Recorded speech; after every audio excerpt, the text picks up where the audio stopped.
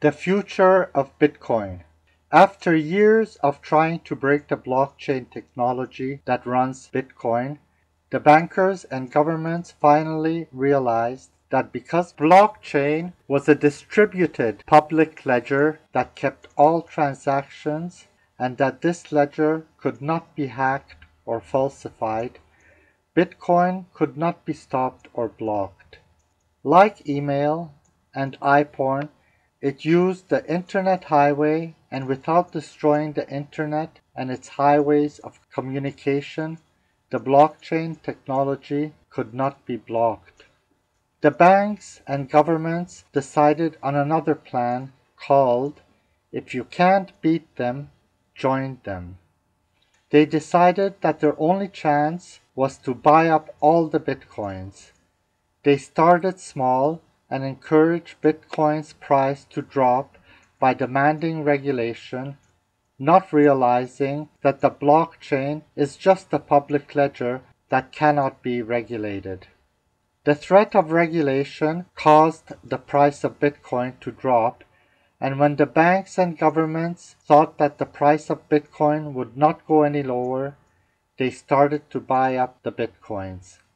When people realized that the banks and governments were buying up the Bitcoins, the price of Bitcoins soared in an avalanche.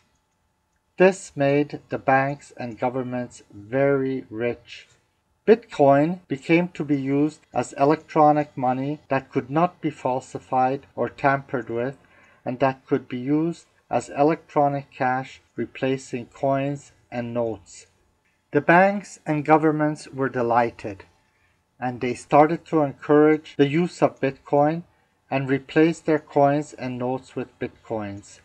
Then they replaced their plastic credit cards with chips that were implanted and that allowed money transactions to be made much faster and more conveniently than with Bitcoin.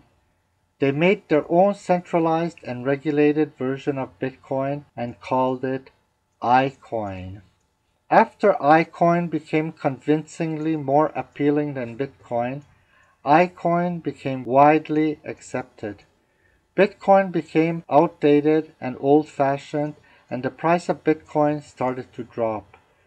Then there came a time where the only ones that were using Bitcoins were the ones that were afraid of the chip implants and those that were afraid of the corrupt banks.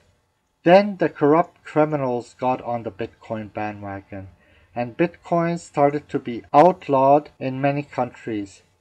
The decentralized Bitcoin miners, the keepers of the public ledger, became scarcer and scarcer and were overtaken by centralized criminal ledger keepers. Bitcoin became what it started out as: electronic cash for buying illegal goods.